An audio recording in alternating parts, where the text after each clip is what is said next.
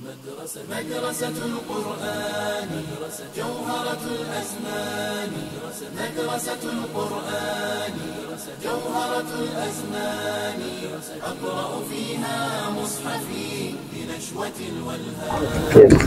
bivuze iki ku bana mwigana Qur'ani ko uyu munsi warabashije gutambuka ijonjora uyu munsi ukabasha kwitabira musabaka no mu karere ka Gicumbi uturutse mu karere ka Rusizi bivuze iki kuri wowe?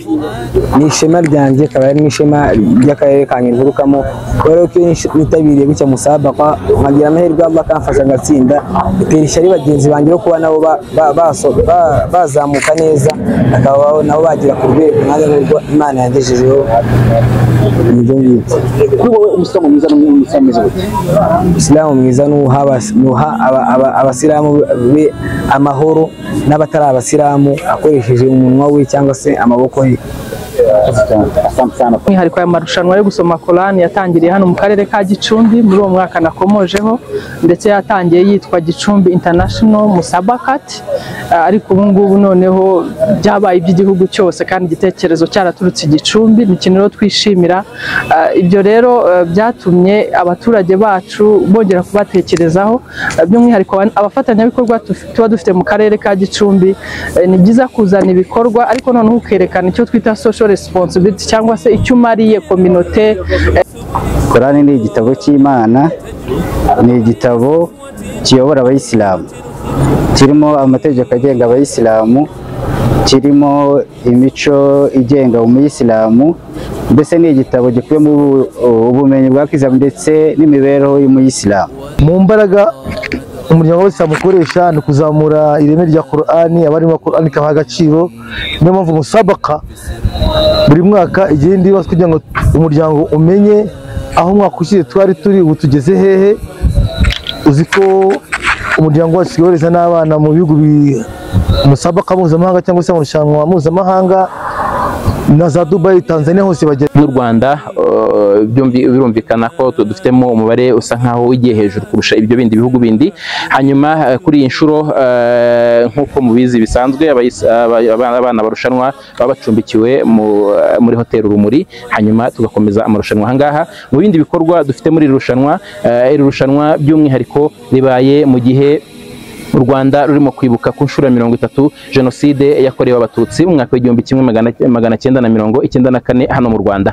Niyo mpamvu rero no mu bikorwa tuba tugomba kongera kubakangura no kubereka no kubashishikariza no kubereka ibyo bikorwa nayo mateka mabi yagwiriye u Rwanda, tunabigisha tunabashishikariza ko aho bari hose hirya no hino ku isi ibyo bitasubira ukundi. Bityo niyo mpamvu no mu nsanganyamatsiko yacu harimo kwishimira imyaka 30 y'imiyoborere myiza u Rwanda rufite, iyo miyoborere ishyigikira kandi ikanadufasha mu kunoza no guteza imbere imyigishirize ya Qur'ani mu Rwanda.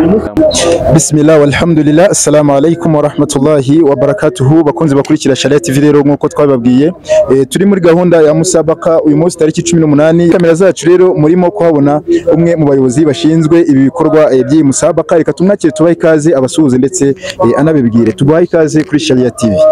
Assalamu alaikum wa rahmatullahi wa barakatuh. Ndongera kubashimira ku ikaze muduhaye kuri Sharia TV. Nge nitanga Jamidu, nkaba ndi umuyobozi w'aya marushanwa mpuzamahanga yo gusoma no gufata mu mutwe Qur'ani ntagatifu ategurwa n'umuryango w'Abayisilamu mu Rwanda ku bufatanye n'umuryango Bena ari nawo umuryango duhagarariye. Bityo twishimiye kubana namwe muri bino bihe. Na mushehe ni gahunda ya musabaka, ariko musabaka ngari twakiramo ibihugu bigiye bitandukanye. Ibi bivuze iki ku buyobozi bw'akarere ka Gicumbi? Bivuze iki ku muryango w'Abayisilamu mu Rwanda? Ibi icyo bivuze, reka duhere ku gihugu cyacu cy'u Rwanda. Bivuze kumenyekanisha igihugu cyacu mu ngeri zose. Igihugu cyacu ni igihugu kirimo kwiyubaka mu mpande zose, ni igihugu kirimo gukomera mu mpande zose, bityo ntago n'uruhande rwa Qur'ani rugomba gusigara inyuma. Bityo iki gikorwa ni igikorwa kigaragaza ko u Rwanda rutasigaye inyuma mu gice icyo ari cyo cyose. Hanyuma iyo tugarutse ku muryango w'Abayisilamu mu Rwanda, n'umuryango w'abayisilamu mu Rwanda ni buri muyisilamu wese wiyumvamo idini y'ubuyisilamu kandi wumva ko agomba kugira icyo ashyira imbere y'Imana ye. Iki ni igikorwa gikomeye cyane aho umuntu cyangwa se abayisilamu twakakira abasomyi baturuka mu bihugu birenga 30 bose bakaza nta kindi kibazanye bazanywe no gusoma Qur'an ntagatifu, bityo n'abayisilamu bose babigiramo uruhare n'abantu bose bifatanya natwe kugira ngo ibingibi bikomeze kunoga, ari nabo bayisilamu bose twese tuba turi abafatanyabikorwa muri kino gikorwa kandi twese tuba turabashyigikirana mu cyiza, bityo ni igikorwa gikomeye cyane. Hanyuma twagaruka ku karere ka Gicumbi by'umwihariko nk'akarere kabyaye iki gikorwa, hanyuma kubwo imiyoborere myiza ibimburirwa n'imiyoborere y'igihugu cyacu imbere nyakubahwa perezida wa repubulika, hanyuma nanone n'imiyoborere myiza yacu iri mu muryango w'abayisilamu mu Rwanda, aho yabonye ko igomba kugumisha iki gikorwa muri kano karere mu ntangiriro zacyo hanyuma kigasozerezwa i Kigali. Ibi ngibi byongera ishema abanyagicumbi no kugaragariza uwo ari wese mu gihugu ko agize ubushake akora mu gikorwa cyiza, icyo gikorwa ntago yagihuguzwa kandi yakomeza akakibamo kandi anakisanzuramo kigakomeza gutanga amatunda yacyo mu gihugu hose, ariko nawe atigeze yirengagizwa uruhare rwe. Na Sheikh, usanga hirya y'umujyi wa Kigali gahunda yo kwigisha Qur'ani cyangwa se ababyeyi bohereza abana gakiya mu mashuri ya Qur'ani, isanga mu karere ka Gicumbi bijyanye ni gahunda itegurwa by'umwihariko n'ubuyobozi bw'abayisilamu hano mu karere ka Gicumbi. Ese ubwitabire mu kwigisha Qur'ani bwo buhagaze bute? Ese iki gikorwa mutegura cy'i Musabaka cyaba cyarabafashije kongera umubare w'abitabira kwiga Qur'ani? Iki gikorwa reka mvuge, ntabwo mvuga ngo cyadufashe kongera umubare w'abitabira, ahubwo ndavuga ngo cyatubyariye abitabira cyangwa se cyatubyariye abiga Qur'ani ntagatifu. Iki gikorwa cyatangiye mu mwaka wa 2012.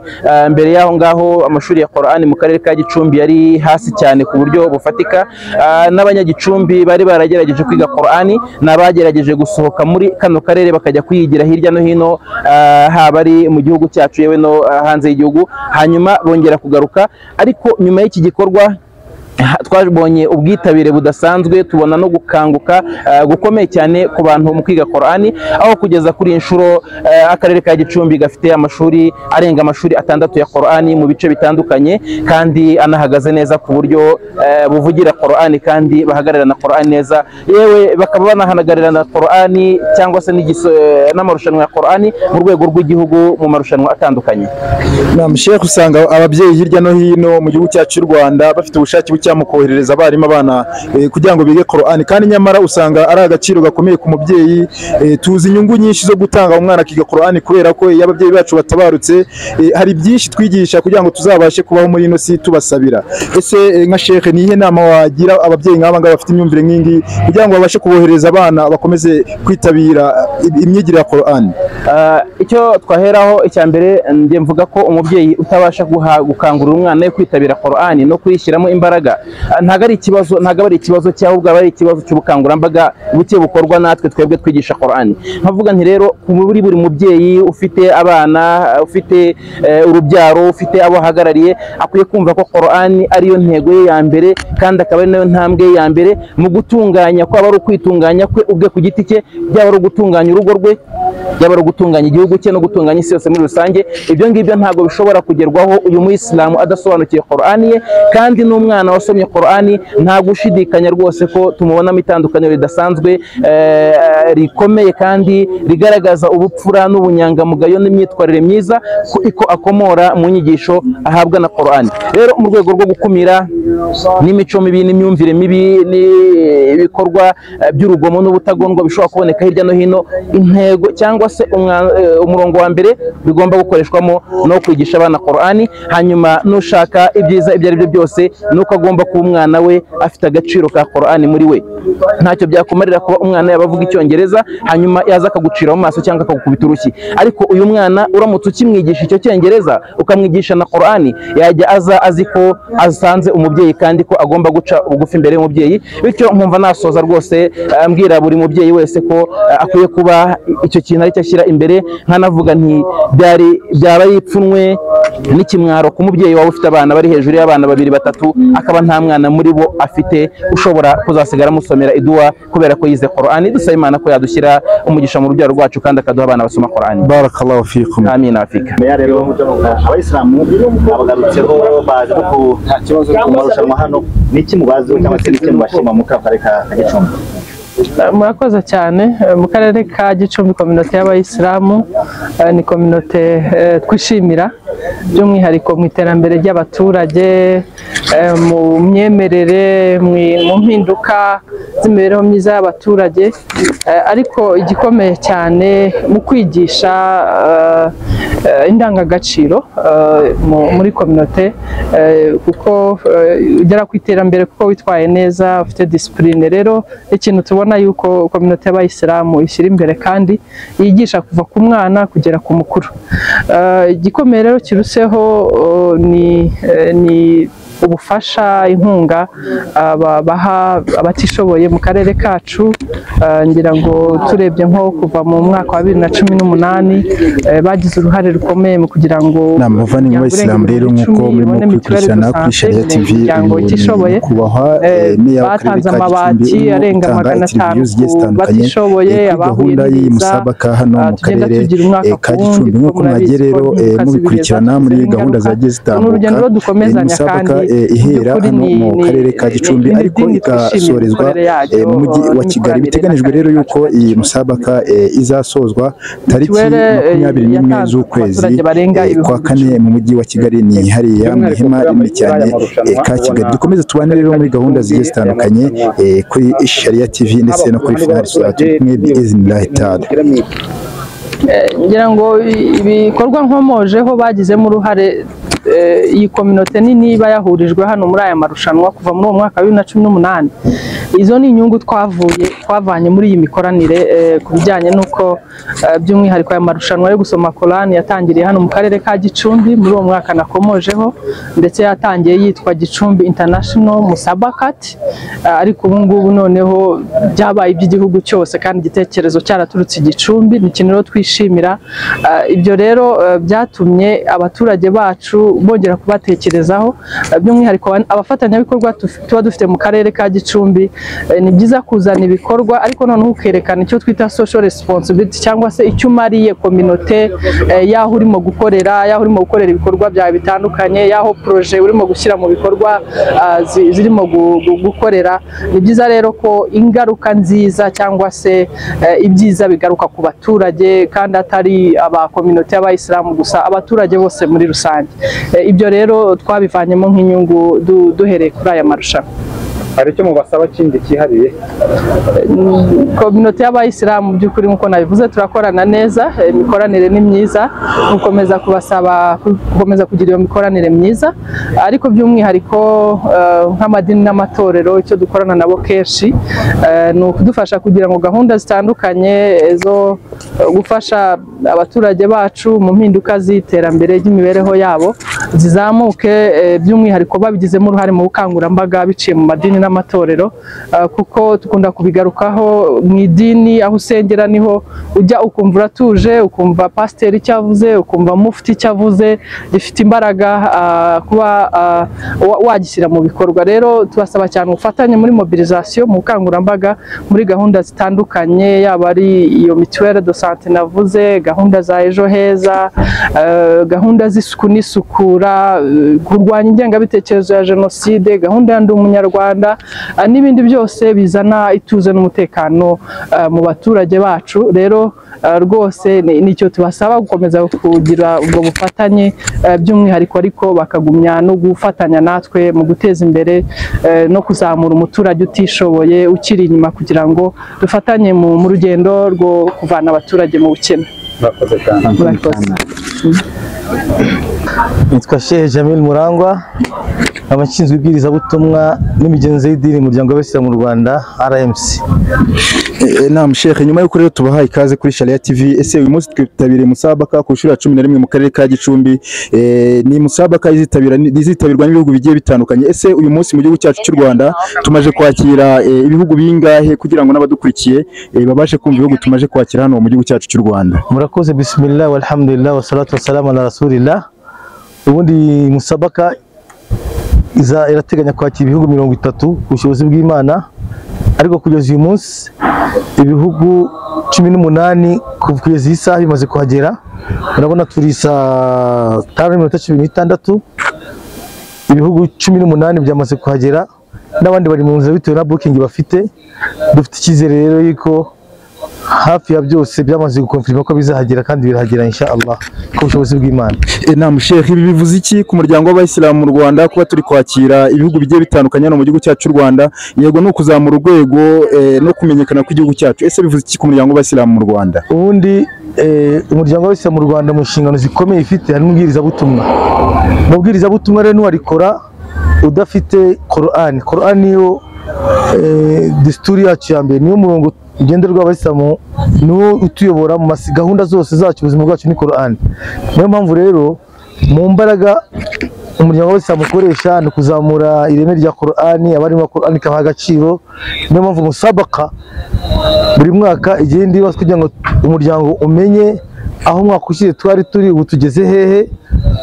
Uzi ko umuryango wacu yohereza n'abana mu bihugu musabaka mpuzamahanga cyangwa se amarushanwa mpuzamahanga na za Dubai, Tanzania, hose bajyayo.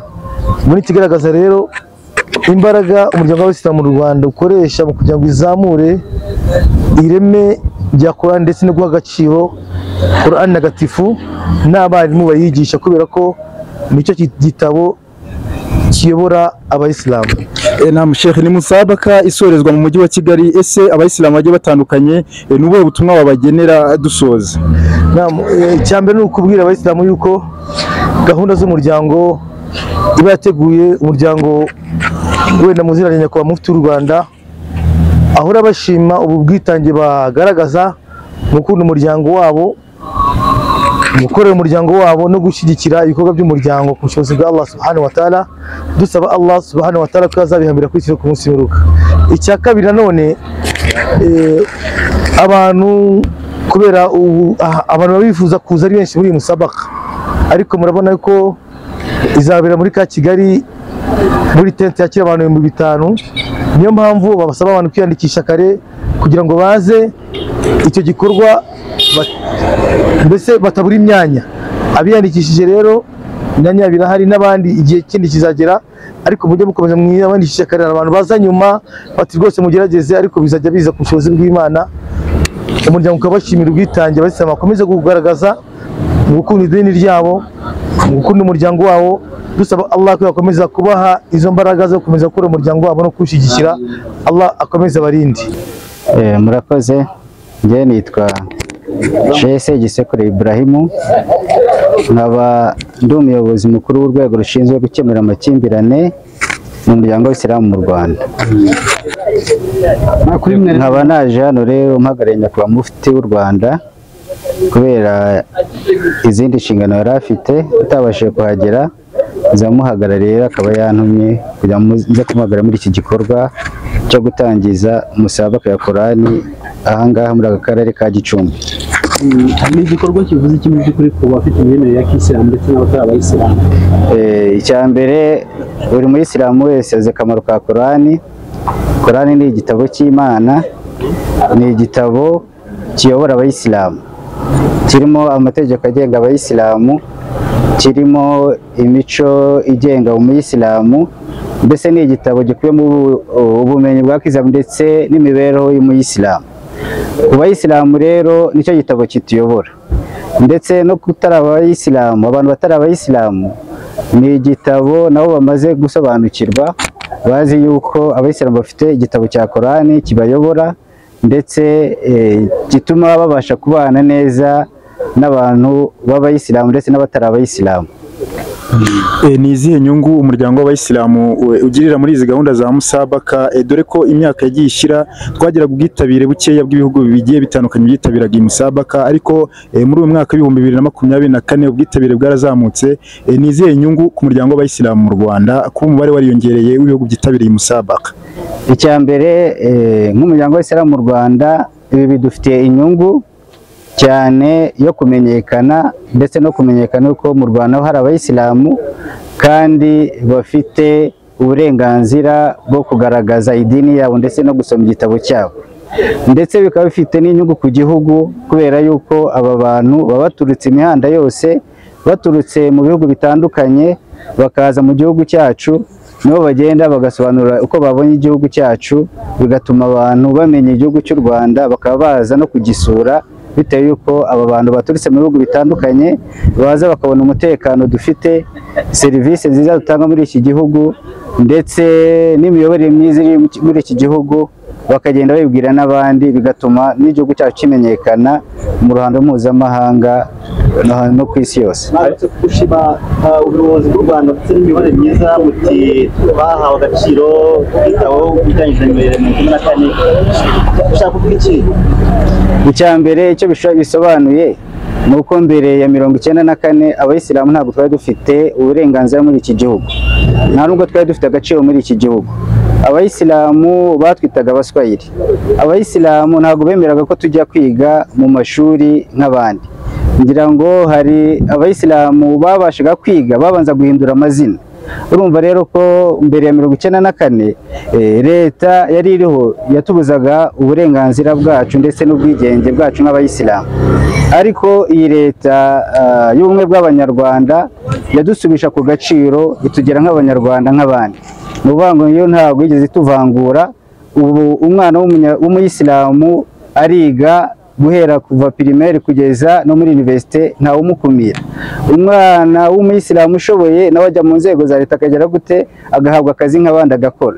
Nuko nabivuze rero, dufite n'abayobozi bakuru muri iki gihugu cyacu, uhagarariye ingabo ni umuyisilamu, dufite minisitiri w'umuyisilamu, dufite ba ambasaderi b'abayisilamu. Ibyo ni bigaragaza rero ko turi mu gihugu cyadusubiza agaciro. Nicyo nashaka gusobanura, yuko abayisilamu natwe turi nk'abanyarwanda nk'abandi, dutandukanye na mbere yuko leta yatubonaga ko twe turi abaswahili ntacyo tuvuze, ariko ubu ngubu twahawe agaciro muri iyi leta yacu. Ni ukuvuga ngo magingo aya ngaya ubuyobozi bw'akarere ka Gicumbi burabashimira kubera uruhare mugira mu guhindura imibereho myiza y'abaturage binyuze muri iyi musabaka.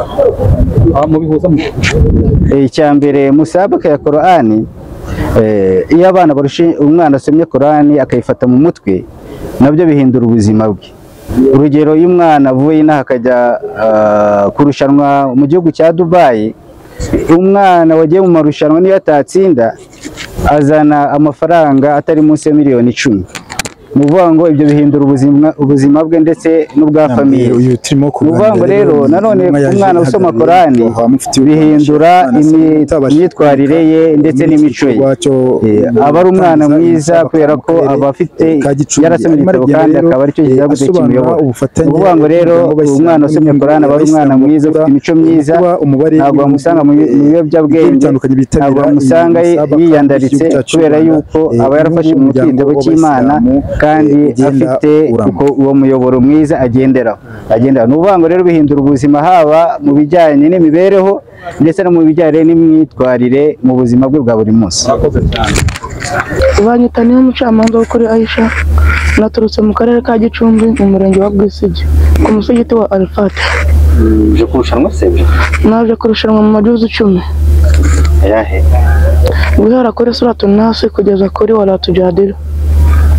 Wadusomera imwe mu mirongo ya Qur'ani kugira ngo abadukurikira akanya babashe kumva igisomo cyawe, banumva uko buhagaze muri iyi musabaka iri kubera mu karere ka Gicumbi. A'udhu billahi minash shaitanir rajim. Bismillahir rahmanir rahim. ولا تجادلوا أهل الكتاب إلا بالتي هي أحسن إلا الذين ظلموا. حسبك. bivuze iki umwana w'umukobwa kuba witabira amarushanwa nk'aya yaremeye mu gihugu cy'u Rwanda, bivuze iki muri bagenzi bawe, ni iki bigufasha?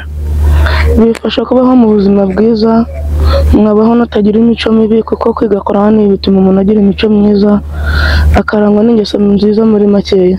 Kubera iki? Kuko iyo umuntu yiga Qur'ani naho yahurira n'ingeso mbi, kuko abari mu ishuri cyangwa ari gusoma Qur'ani. Nese wowe wumva umuyisilamu mwiza ari umukristo? Umuyisilamu mwiza ni uwiga Qur'ani akayifata mu mutwe, akamenya n'ibisobanuro byayo, agashakisha n'ubundi bumenyi nka hadithi z'imvugo z'intumwa y'Imana Muhammad sallallahu alaihi wasallam. N'ubwa mbere witabiye? N'ubwa kabiri ubushize nitabiriye mu majuzu 5. Hari igihe mu by'ukuri kuba wakwitabira amarushanwa hari ibyo watangiye kubonamo ngo nadusangize? Birahari. N'ibyo natangiye kubonamo, hari ukuntu umwana asaba ababyeyi ibintu byo bijyanye na korovuzi ubu ndazishakira ntabwo nsaba ababyeyi kubera mba muri korani baba bamembye nkabonamo ibintu bijyanye n'ibitari ibiribwa. Uhemba guteka nk'umuntu watsinzwe bamuha 1,000. kuki watinyutse kandi hari abandi bakitiye? Abarimu banyigisha korani bankoreye ubuvugizi banyumvishamo ko umuntu agomba kugira confidence mu byo akora. Hanyuma rero murasaba kurwanya ubuhezanguni, kuba abantu beza, kubana n'abandi, ibyo ngibyo bivugaho iki? Turasaba buri wese kutavuga ati ngo ari wenyine, ibintu by'ivangura tukabyikuramo mwatwe abanyarwanda. أعوذ بالله من الشيطان الرجيم بسم الله الرحمن الرحيم ولا تجادلوا أهل. naje mu marushanwa kwitabira igikorwa cyo gusoma Qur'ani. Twaje turi abana batatu duturutse mu karere ka Rusizi, bagerageje gutsinda amajonjora. Twaje hano natwe twaje mu gikorwa cyo kwitabira gusoma Qur'ani. Hanyuma icyo dusomera gatoya n'ubuzo kuvana. أعوذ بالله من الشيطان الرجيم الله نور السماوات والأرض مثل نوره كمشكاة فيها مصباح المصباح في زجاجة الزجاجة hari ibyo nasobanura. Hanyuma kugeza ubu ngubu bigufasha iki wowe irimo kwitabira? Iyo ndi kwitegura amarushanwa nimfasha kuba nasoma neza, nkaba nashishikaza idini y'Imana, nkamenyesha abantu bose igitabo cya Qur'ani kandi igitabo ari amagambo y'Imana. Umwislamu kwawe wumva bizagufasha, wumva mu myaka iri imbere uzaburinde? Mwakiri imbere ngenda teganya kuba nzaba ndi umwarimu wa Qur'ani kandi Imana izabimfashemo kuko nkashishikaza idini ya Islam ku bandi bantu nabo bakayimenya. Icyo nifuza kuba nzaba. Mu bukungu bigufasha iki? N'ubwa mbere yitabiriye? Aya ngaya gutya n'ubwa mbere nyitabiriye. Mu bukungu bigufasha iki? Bimfasha ubukungu, ikintu bimfasha ni uko gutya nsoma Qur'ani tukaza mu marushanwa, hari ukuntu mu karere kacu haba harimo abantu bishimira ko twakitabira amarushanwa ya Qur'ani. Baravuga ubutagondwa n'ibijyanye n'ibyo twumva ngo twiza bisasobanura bitwaje idini ya Islam. Ubyumva ibyo bintu? Ibyo bintu ntabwo ari byiza, ngiye mbyumva ko atari ibintu byiza, ni ugusebya idini yacu ya Islam kuko ntabwo umuntu w'umuyisilamu yakora ibyo bintu, aba ari kudusebya idini yacu. Wumva wazabirwanya gute? Nabirwanya nshobojwe nkoresheje amaboko cyangwa se nkakoresha ururimi rwanjye, numva ko ibyo bintu bitabaho. Bivuze iki ku bana mwigana Qur'ani kuba uyu munsi warabashije gutambuka ijonjora, uyu munsi ukabasha kwitabira musabaka hano mu karere ka Gicumbi uturutse mu karere ka Rusizi, bivuze iki kuri wowe? Ni ishema ryanjye, akaba ari n'ishema ry'akarere kanjye nturukamo, kubera ko iyo nitabiriye gutya musabaka nkagira amahirwe Allah akamfasha ngatsinda, bitera ishyari bagenzi banjye bo kuba nabo bazamuka neza, akaba nabo bagira ku rwego nanjye nk'urwo Imana yangejejeho. Nibyo ngibyo. Kuri wowe umusilamu mwiza n'umusilamu mwiza gute? Isilamu mwiza nuha abasilamu be amahoro n'abatari abasilamu akoresheje umunwa we cyangwa se amaboko ye. Asante sana.